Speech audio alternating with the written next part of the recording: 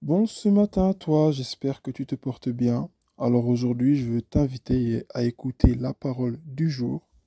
Assieds-toi confortablement et sois prêt à recevoir la parole de Dieu. Merci Seigneur de bénir ta parole. Comme Jésus se mettait en chemin, un homme accourut et se jetant à genoux devant lui, bon maître, lui demanda-t-il, que dois-je faire pour hériter la vie éternelle? Jésus lui dit, pourquoi m'appelles-tu bon? Il n'y a de bon que Dieu. Il n'y a de bon que Dieu seul. Tu connais les commandements, tu ne commettras point d'adultère, tu ne tueras point, tu ne déroberas point, tu ne diras point de faux témoignages, tu ne feras tort à personne, honore ton père et ta mère. Il lui répondit, Maître, j'ai observé toutes ces choses dès ma jeunesse. Jésus l'ayant regardé les mains et lui dit, il te manque encore une chose. Vends tout ce que tu as, donne-le aux pauvres et tu auras un trésor dans le ciel. Puis viens et suis-moi. Mais affligé de cette parole, cet homme s'en alla tout triste car il avait de grands biens. Il avait de grands biens. Jésus, regardant autour de lui, dit à ses disciples qu'il sera difficile à ceux qui ont des richesses d'entrer dans le royaume de Dieu. Les disciples furent étonnés de ce que Jésus parlait ainsi. Et reprenant, il leur dit, mes enfants, qu'il est difficile à ceux qui se confient dans les richesses d'entrer dans le royaume de Dieu.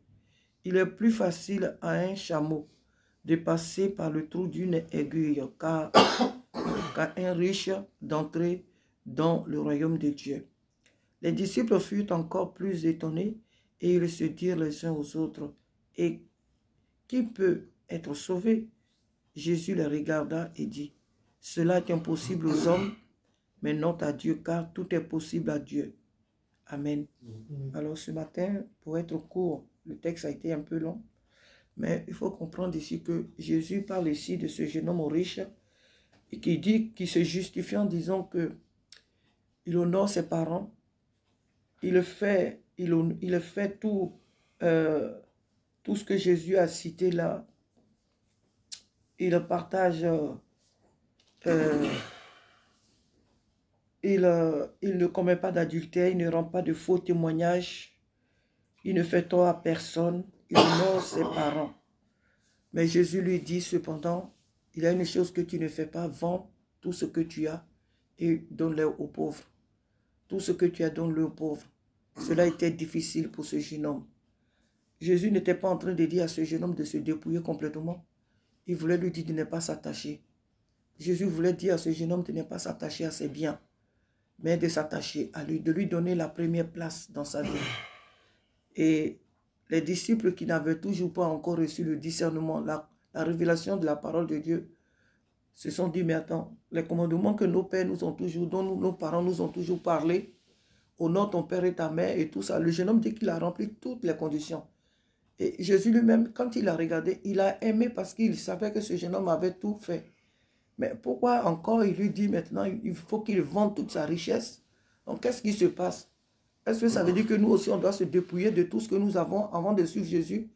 Donc les disciples, ils se posaient des questions, mais si c'est comme ça, personne ne va aller au ciel. Et parce qu'ils n'avaient pas compris. Et jusqu'aujourd'hui encore, la plupart d'entre nous ne comprennent pas. Il faut que nous nous détachions de tout ce que nous considérons comme bien. Tout ce que nous aimons. Je dis,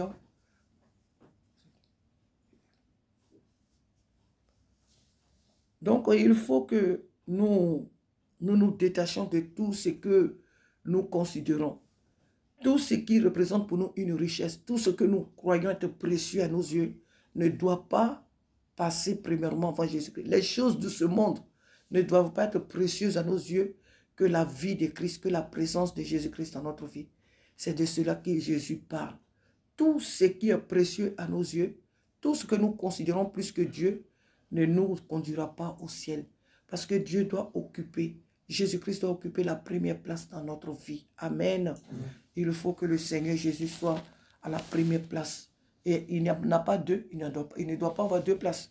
Elle doit être unique et cette place-là, le Seigneur seul doit l'occuper. Amen. Que son nom soit béni.